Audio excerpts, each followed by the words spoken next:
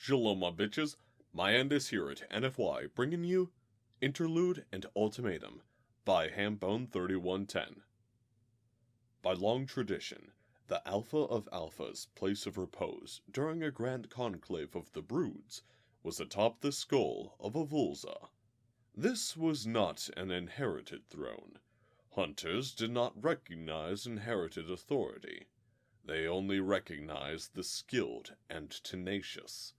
The Alpha of Alphas, therefore, rested upon the skull of a Vulza it had personally slain. To their culture and psychology, there could be no better indication of fitness to lead.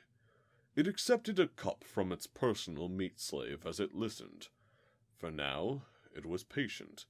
It had found, over the long years of incumbency, that the patient stalker that surveyed the land, watched its prey, and set its trap, could succeed at tasks that the brash predator that simply attacked and counted on its own superiority would be crushed by. Best to let the lesser alphas bicker and argue, and make their declarations, and then strike when the meat was sweetest. Usually. As it listened, as still and patient as the day it had ambushed and slain the Vulza, whose skull it now straddled, the burgeoning Cercers, as more of the Alphas arrived and added their thoughts to the debate, turned first into a roar, then a mental cacophony of Alphas, all broadcasting at once. Isolating individual words was impossible. In any case, not necessary. Each thought was accompanied by a set of emotional tags, qualifying statements to convey the full emotional weight of what its articulator had meant, rather than merely what it had said.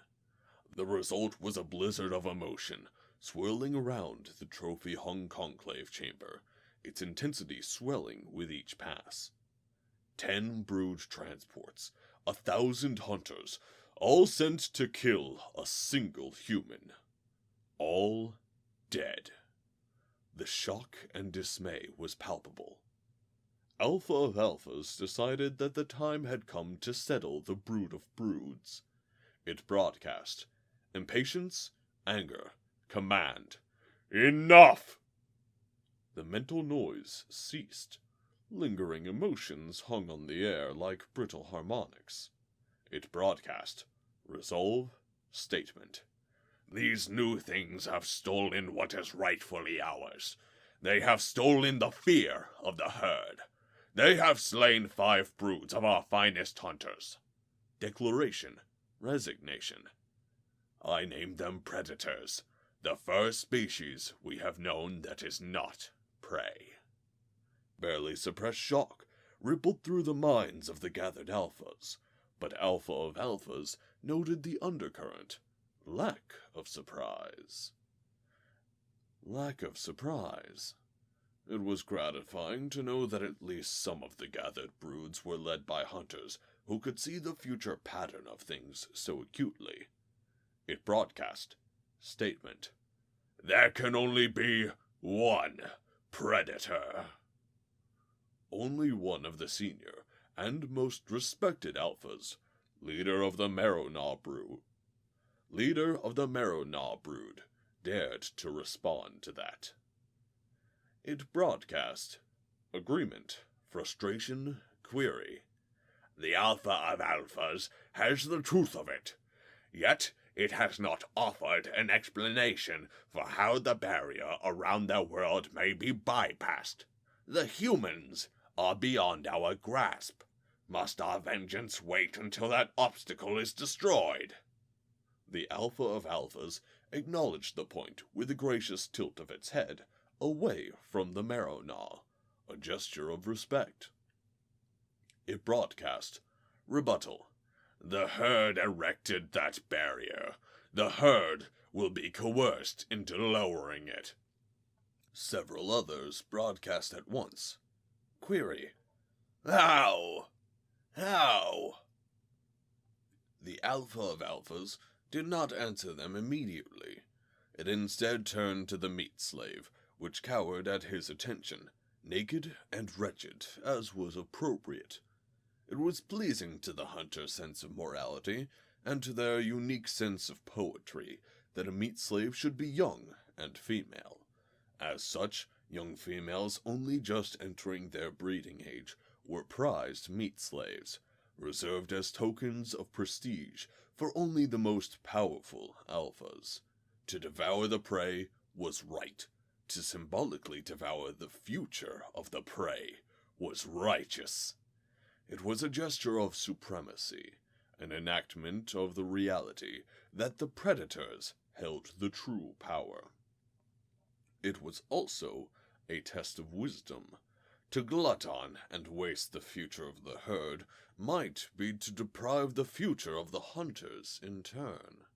The alpha of alphas extended a claw and hooked the slave gently under her jawbone, dragging her forward by the delicate, exposed tissue of the throat. She was a fur face, scarcely a morsel to a hunter of the alpha of alpha's size, but the newness and novelty of their species, and thus their rareness among the meat stock, only served to enhance her value. The alpha of alphas vocalized, speaking in sound waves for the benefit of the quivering being which did not have the brood mind implants. It said, "You served me well, meat." The word meat rippled backwards along its jaw as a wave of cruel teeth, and the slave shook on the point of its claw. "I grant you a boon. What would you request of me?" The slave closed her eyes and squeaked her reply, in a proper, respectful form. "If it may please the Master of Masters, I humbly request that my death be painless." It dragged her closer, and she rose onto the very tips of her little paws, standing as tall as her species could, to resist the talon that threatened to open her flesh. "Your boon is denied, little one," the alpha of alphas told her, and relished her sob, relished its power over her. "I grant you what you truly crave, your freedom." The slave practically fell over then and there, but remained upright, still teetering to avoid the cruel point that was dimpling the flesh of her throat. "Freedom, Master of Masters!" He was pleased to see that the light of hope in her eyes was dim. This prey knew not to rejoice until the meat was in the maw, at least. It released her, and she collapsed, groveling before it. "You will be granted a trophy, a ship of the herd species. You will fly it back to the territory of the herd, and you will thank me for your life by delivering a message," it declared. The slave contrived to bow even lower than she already was, striving to dig into the solid stone of the conclave chamber. "Command me, Master of Masters!" The alpha of alphas checked that it had the rapt attention of its subordinates, and broadcast its next words with the full force of command and proclamation that it could project. "Tell them that any place known to harbor a human will be raided, not by a pack ship, nor even a brute transport, but by the swarm of swarms," it said. "Tell them that any such place will be destroyed, any prey that lived there devoured. If it is a world, it will be poisoned. If it is an orbit, it will be seeded with mines.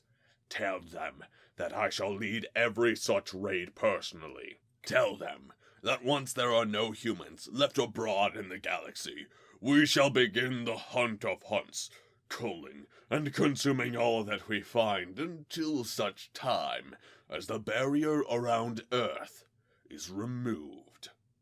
It paused. "And tell them that we shall only be satisfied to return to our quiescence once the humans are all devoured. Tell them that the hunters will be feared above all others." The slave prey could not hear it, But in its mind, the combined shout of 10,000 alphas was deafening, despite containing no words. It was just a simple emotion. Approval. Poker continued to give Kirk problems. Memorizing the values and suits of the cards had been trivial. Memorizing those combinations which were valid for poker and their hierarchy of value, simple. Memorizing the bidding rules, easy. Learning to read the possible combinations that every player at the table might potentially have held had been something of a challenge, but he had mastered it. Doing all that and trying to make snap decisions about the relative value of his own hand compared to every other player's while simultaneously attempting to both mislead them and avoid being misled by them was where things descended into downright hard. His sole advantage was that he had a cybernetic translator assisting him in reading their expressions and body language, while his own remained impenetrable and alien to the humans. Or so he hoped. That particular theory was starting to look a little shaky, given that his bluff had been successfully called 4 times in a row now. And while he did have 2 pair, 9s and queens, the river card had opened up the possibility of a full house. Would they suspect that he was bluffing again? It wasn't a weak hand, and only the possibility of a full house after all. All in, he decided, pushing his last few meager chips into the middle. Carter grimaced, wobbled his head, and then shrugged and pushed part of his own, much larger stack into the middle. Call. Carter had 2 pair, 3s and queens, and Kirk allowed himself a subtle gesture of relief as he collected the pot. He was still in the game. They had dealt the next hand, and Kirk had thrown in a little blind when there was a soft but obtrusive chime that rang through the whole ship.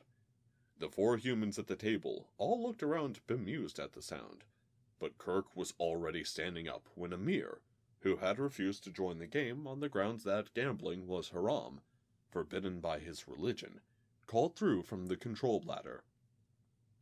Kirk? The rising, querying note in his voice was one that Kirk knew from long movie nights, indicating alarm, warning, and an urgent need to draw his attention to something. He was quite impressed with himself that he even managed to beat the other humans to the front of the ship. What's that? Asked Jackas, referring to the device that Kirk was examining. In terms of display, it was the most aggressively low-tech on the ship. No volumetric projection, no tactile gesture interface, just buttons and a simple, hardy text box designed to weather anything up to and including the destruction of the ship itself. The Dominion Emergency Notification System, Kirk told him. Every Dominion ship has one. Inside the device, a handful of helium ions had ceased to be entangled with another handful stored at the network's central repository. Centuries of experimentation had finally found a loophole in the principle that quantum entanglement could not carry information, namely that it was possible to tell whether or not a particle was in an entangled state, and by breaking that entanglement, send a single bit of data. The process of creating such entangled pairs in useful quantities was hideously expensive, and so the system was only used to send terse and urgent messages that needed to be known immediately by every single Dominion ship everywhere, no matter where it might be or what it might be doing. This particular message read, Ultimatum from Hunters. Demand all humans be turned over else, quote, swarm of swarms, end quote, will raid known human locations. All ships, stations carrying human passengers advise, jettison immediately. Notification ends. There was a long, shocked silence, finally broken by Maria. She spoke quietly, and her voice was choked with emotion. But the one that dripped from it like deadly acid was contempt. Those cowardly sons of bitches. Alright guys, I hope you enjoyed that one. If you did, go ahead and leave a like. If there is shit, anything that you need to tell me about, leave it in the comments. If you want to hear more of my stuff, subscribe. And if you want to stay up to date with my shenanigans, go ahead and hit the bell icon on the side. Have a nice one, y'alls.